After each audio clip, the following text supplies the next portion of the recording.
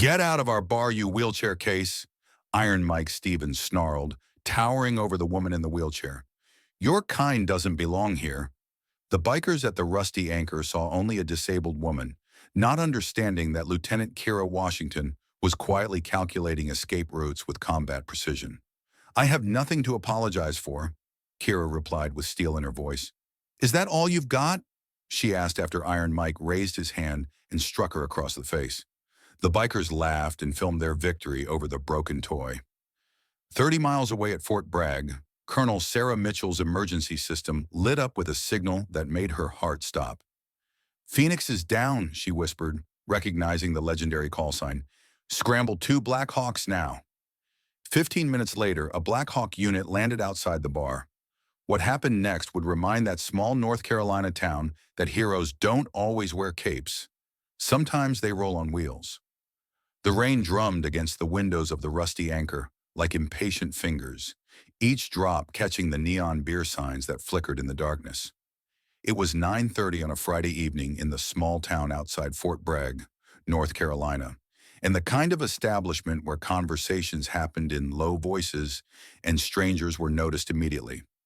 Lieutenant Kira Washington guided her wheelchair through the narrow entrance, her practiced movements efficient despite the cramped doorway. At 38, she had learned to navigate a world that was not always built for wheels instead of legs. Her dark hoodie hung loose over faded jeans, and her short hair was practical rather than stylish. The only hint of her past lay in the thin chain around her neck, where military dog tags rested hidden beneath the fabric. The bar smelled of cigarettes, spilled beer, and something deeper, the kind of atmosphere that clung to places where working-class folks came to forget their troubles. Pool balls clicked in the corner, and classic rock played just loud enough to mask private conversations. Kira chose a small table in the back corner, positioning herself with her back to the wall and a clear view of the exits. Old habits never died, especially not the ones that had kept her alive. "What can I get you?" Rachel, the bartender, approached with cautious politeness. She was young, maybe 28, with tired eyes that suggested she had seen enough late-night drama to last a lifetime. "Whiskey, neat," Kira replied simply, her voice steady and measured.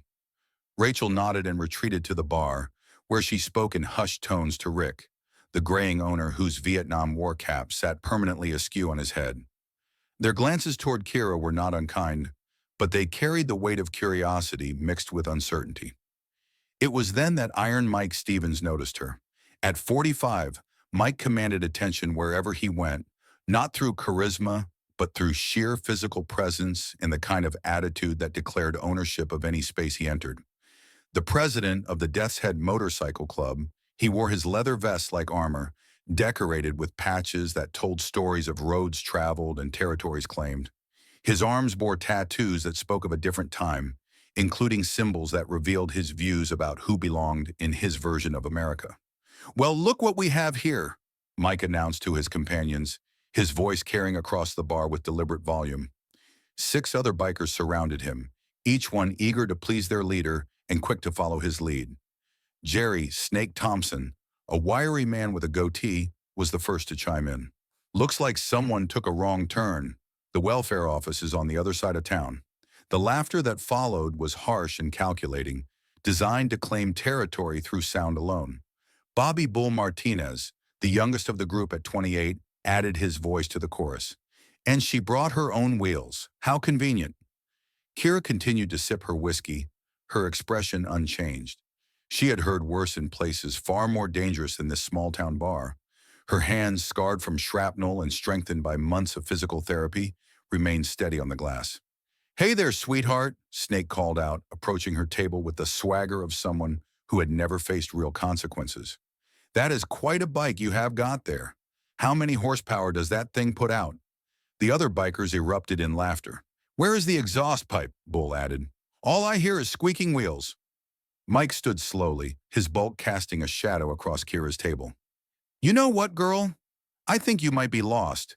This is a bar for real bikers, not for—" He paused, his eyes taking in her appearance with obvious disdain. "Not for broken toys." Kira looked up at him, her dark eyes meeting his without flinching. "I am just having a drink and leaving." "Well, I think you are leaving right now." Mike replied, his voice dropping to a menacing growl. This is our place, and we do not much care for your type around here. The words hung in the air like smoke, thick with implications that went far beyond simple territorial disputes.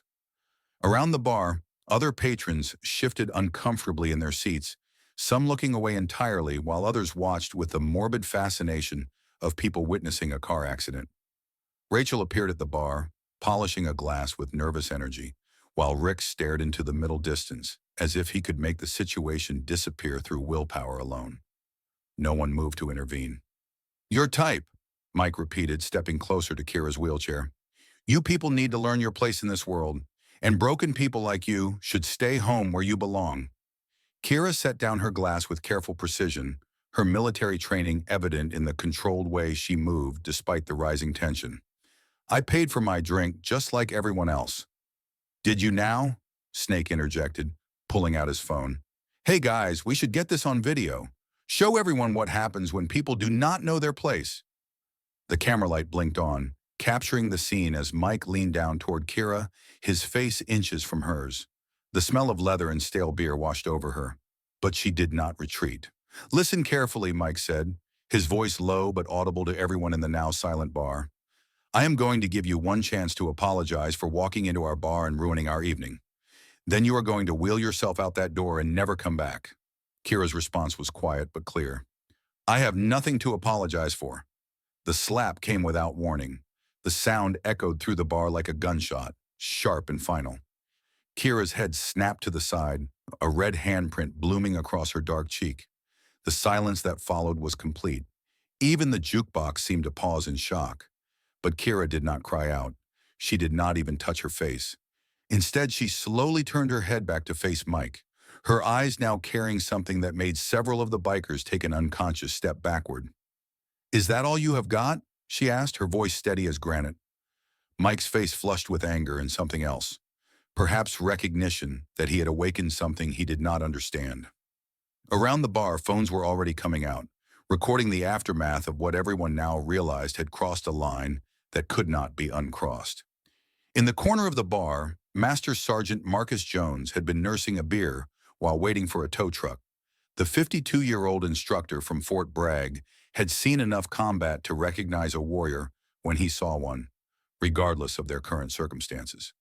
As he watched the young woman in the wheelchair maintain her composure despite the assault, something in her bearing triggered his professional instincts. Moving carefully to avoid attention, Marcus pulled out his phone and began making a call that would change everything. But for now, in this moment, suspended between violence and justice, Kira Washington sat alone at her table, a red mark on her face and fire in her eyes, surrounded by men who had no idea what storm they had just unleashed. The rain continued to fall outside, washing the world clean, while inside the rusty anchor, the reckoning was only just beginning. The red handprint on Kira's cheek seemed to hang in the air like a challenge, visible to everyone in the suddenly silent bar. She had not moved from her position, had not even raised her hand to touch the stinging skin. Instead, she sat with the kind of stillness that spoke of discipline earned through years of training most people could never imagine. Master Sergeant Marcus Jones watched from his corner table, his weathered hands gripping his beer bottle a little tighter. At 52, he had seen enough combat to recognize the signs when he saw them. The way the woman held her shoulders despite the assault, the manner in which her eyes swept the room, cataloging faces and exits with the precision of someone who had learned to survive by being aware. These were not the reactions of an ordinary citizen. "Did you see that?"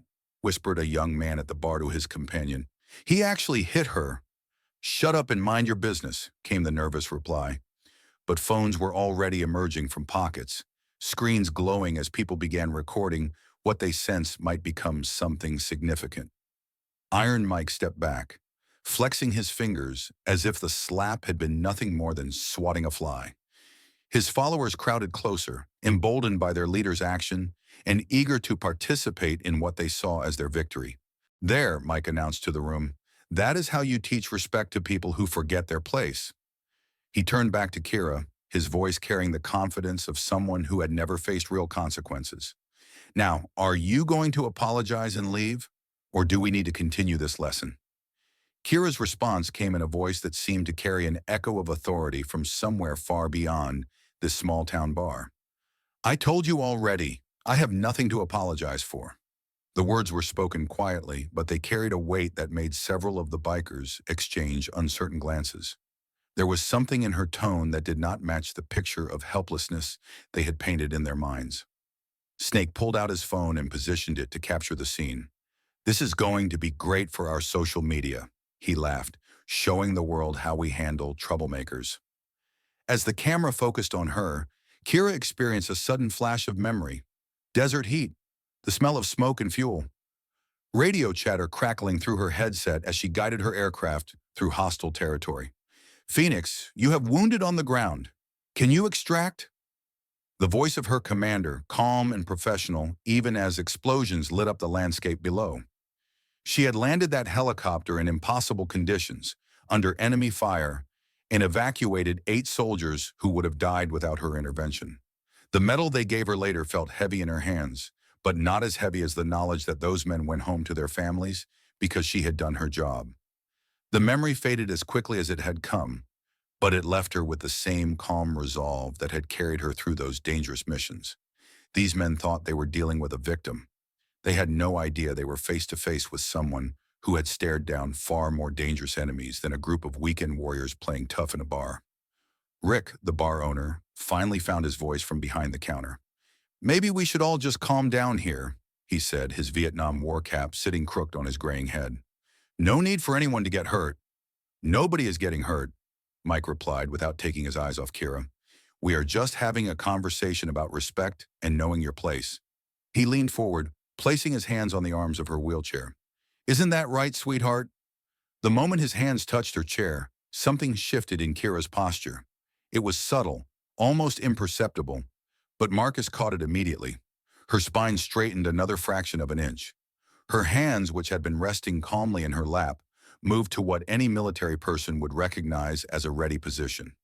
"Remove your hands from my chair," she said, her voice dropping to a level that made the hair on the back of Marcus's neck stand up. Mike laughed, but there was less confidence in it now. "Or what? What exactly are you going to do about it?" The answer came not in words but in action. With a movement so smooth and fast that most of the onlookers missed it entirely, Kira grabbed Mike's right wrist and twisted it at an angle that made the big man gasp and stumble forward. For just a moment, the balance of power in the room shifted completely. Then Snake and Bull rushed forward and Kira released Mike's wrist, not wanting to escalate the situation beyond what she could control. But the message had been sent. Whatever they thought they knew about her, they were wrong. "Where did you learn that?" Bull demanded, rubbing his own wrist sympathetically as Mike flexed his fingers. "Self-defense classes," Kira replied evenly, but Marcus heard something else in her voice. The way she said it carried the ring of someone who had learned her skills in places where failure meant death. Marcus made his decision. Rising from his table, he walked over to where Rick stood behind the bar. "You might want to call the police," he said quietly. "This situation is about to get out of hand." Rick looked at him with tired eyes. "And tell them what? That my customers are having a disagreement? Tell them that someone just assaulted a person in a wheelchair and it was caught on video," Marcus replied, nodding toward the phones that were now openly recording the confrontation. Meanwhile, Kira was dealing with the escalating aggression from the bikers. Mike had recovered from his surprise and was now angry in a way that made his previous hostility look mild. "You think you are smart, don't you?" he snarled. "You think that little trick makes you tough?" "I think I want to finish my drink and leave," Kira replied, but her hands remained in that ready position, and her eyes never left the circle of men surrounding her. "Well, that is not going to happen," Snake interjected. "Not until you show some proper respect." The irony of the situation was not lost on anyone paying attention. Here was a woman who had earned respect in ways these men could not imagine, being lectured about respect by people who had done nothing more with their lives than intimidate others in small-town bars. Marcus pulled out his own phone and dialed a number from memory. The conversation was brief and conducted in the kind of military shorthand that civilians rarely heard. "This is Master Sergeant Jones. I need you to run a check on someone for me. African-American female, approximately 38 years old, shows signs of advanced combat training. He paused, watching as Kira continued to maintain her composure despite the escalating harassment. Yes, I think she might be one of ours. As Marcus waited for the response, the situation in the bar continued to deteriorate. Mike had decided that his authority had been challenged in front of his followers, and that could not be allowed to stand. You know what? He announced to the room. I think our friend here needs to learn a more permanent lesson about respect. The words hung in the air like a threat, and for the first time since entering the bar, Kira allowed herself to consider that this situation might require the full range of skills she had hoped never to use again. Outside, the rain continued to fall, washing the world clean, while inside the rusty anchor, two very different kinds of warriors prepared for a confrontation that would reveal truths none of them were prepared to face. Marcus's phone buzzed with an incoming message. He glanced at the screen, and his expression changed completely. What he saw there made him understand that he was not just witnessing a bar fight, he was watching the prelude to something that would change everything. The storm was about to break, and it would come with the sound of rotor blades cutting through the night sky. The sound started as a distant rumble, barely audible over the tension-filled silence of the rusty anchor. At first, no one paid attention to the growing noise outside. They were too focused on the confrontation that had reached a breaking point between Iron Mike and the woman in the wheelchair, who had somehow turned their evening of intimidation into something they no longer controlled. Then the rumble became a roar. The unmistakable sound of helicopter rotors cut through the night air, growing louder by the second. The building began to vibrate slightly as the aircraft approached, and conversation stopped mid-sentence as everyone in the bar turned toward the windows. Marcus Jones looked at his phone one final time, reading the message that had changed everything. His expression shifted from concern to something approaching awe as he realized the full magnitude of what had been happening in this small-town bar. Outside, two Black Hawk helicopters touched down in the parking lot with military precision, their rotors still spinning as figures in combat gear emerged from both aircraft. The powerful downdraft shattered the remaining quiet of the evening, and the neon beer signs flickered as if responding to the sudden arrival of something far more significant than a neighborhood dispute. Iron Mike's bravado crumbled as he watched through the window. "What the hell is going on?" he muttered, his voice no longer carrying the confidence that had dominated the room moments before. The answer came when the bar door burst open with the force of authority that could not be questioned. Colonel Sarah Mitchell entered first, her uniform pristine, despite the urgent nature of her mission. Behind her came Captain Rodriguez and 8 other soldiers, all bearing the insignia of the 160th Special Operations Aviation Regiment. The silence that followed was complete. Colonel Mitchell's eyes swept the room with the practiced efficiency of someone trained to assess situations quickly and accurately. When her gaze landed on Kira Washington, sitting quietly in her wheelchair with a red mark still visible on her cheek, her expression hardened into something that made even the largest of the bikers take an involuntary step backward. "Lieutenant Washington," the colonel said, her voice carrying across the room with crystal clarity. "Are you injured?"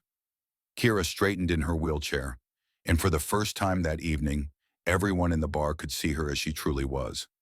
The military bearing that had been subtle before was now unmistakable. Her response came with the crispness of someone who had spent years in service to her country. "No serious injuries, ma'am. Ready for extraction if required." The transformation was immediate and complete.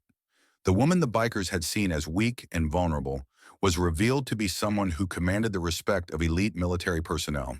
The dynamics in the room shifted so dramatically that several people audibly gasped. Colonel Mitchell turned to address the entire bar, her voice carrying the weight of absolute authority. "Ladies and gentlemen, you are in the presence of Lieutenant Kira Washington, call sign Phoenix. She is one of the most decorated helicopter pilots in the history of the United States Armed Forces." The silence deepened as the colonel continued. "Lieutenant Washington has completed over 100 combat missions in Afghanistan and Iraq. She has saved the lives of 47 American service members through heroic extraction operations under enemy fire." Iron Mike's face had gone completely pale. The hand that had struck Kira now trembled at his side as the full weight of his actions became clear. "She was shot down over hostile territory in 2019, Colonel Mitchell continued, her eyes never leaving the bikers who had tormented her subordinate. She spent 3 days evading enemy forces while protecting wounded crew members. When rescue finally arrived, they found her still defending her position despite severe injuries that ultimately cost her the use of her right leg. The colonel paused, letting the information sink in before delivering the final blow to any remaining misconceptions in the room. Lieutenant Washington received the Distinguished Flying Cross, the Bronze Star with Valor, and the Purple Heart. She is currently assigned to our training command, where she prepares the next generation of combat pilots to serve their country with the same courage and dedication she has shown throughout her career. The transformation in the room was remarkable to witness. Snake, who had been filming the confrontation on his phone, slowly lowered the device, his face flushed with shame. Bull stepped back from the circle that had surrounded Kira, his earlier aggression replaced by something approaching horror at what they had done. Marcus Jones stood up from his corner table and rendered a perfect military salute. "It has been an honor to be in your presence, Lieutenant," he said, his voice thick with emotion. One by one, other veterans in the bar followed suit. Rick, the owner, stood and saluted with tears in his eyes. "I served in Vietnam," he said quietly. "I should have recognized a fellow warrior." Even some of the younger patrons, who had no military experience themselves, stood up in a gesture of respect that seemed to come from somewhere deeper than conscious thought. Iron Mike looked around the room, seeing the faces of people who were looking at him with disgust and disappointment. The woman he had assaulted was not just a hero, but someone who had sacrificed more for her country than he could ever comprehend. He started, then stopped, realizing that no words could undo what had been done. "Lieutenant, I owe you an apology that no decent person should ever have to make." Kira looked up at him from her wheelchair, and for a moment the room held its collective breath. When she spoke, her voice carried the quiet dignity that had sustained her through everything she had endured. "Apology accepted," she said simply. "We all make mistakes. What matters is what we learn from them." Colonel Mitchell stepped forward. "Lieutenant Washington, your transportation is ready when you are." Kira nodded, then turned to address the room one final time. "I came here tonight just to have a quiet drink, the same as anyone else. I am not looking for special treatment or recognition. I am just a person who did her job, like thousands of others who serve this country every day." She paused, her eyes meeting those of the people who had witnessed the evening's events. "We are all around you, veterans, active duty, reservists. We work in your stores, eat in your restaurants, and live in your neighborhoods. Most of the time, you would never know what we have done or where we have been. We do not ask for anything special. We just ask to be treated with the same respect you would show any other human being." As she wheeled toward the door, every person in the bar stood up. The applause started slowly, from Rick behind the counter, then spread throughout the room until it became a thunderous expression of respect and recognition. Outside, the helicopters waited with their rotors still turning, ready to carry Lieutenant Kira Washington back to the world where her service was understood and valued. But she had left behind something important in that small-town bar. 3 months later, the Rusty Anchor reopened under new management with a different name, the Phoenix Landing. The walls now displayed photographs of local veterans from every branch of service and every conflict since World War II. A plaque by the door read, "All who served are welcome here." Iron Mike never returned to the bar. His motorcycle club disbanded within weeks, unable to survive the shame of what their leader had done. But Mike himself underwent a transformation of his own, eventually volunteering at the local VA hospital, where he learned to see veterans not as symbols or stereotypes, but as individual human beings who had given more than most people ever would.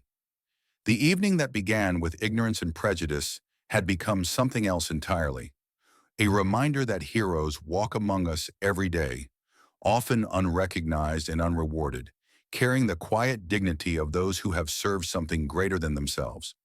In a world that often fails to see beyond the surface, Lieutenant Kira Washington had shown a roomful of strangers that true strength comes not from the ability to intimidate others, but from the courage to serve, to sacrifice, and to maintain one's dignity even in the face of ignorance and hate.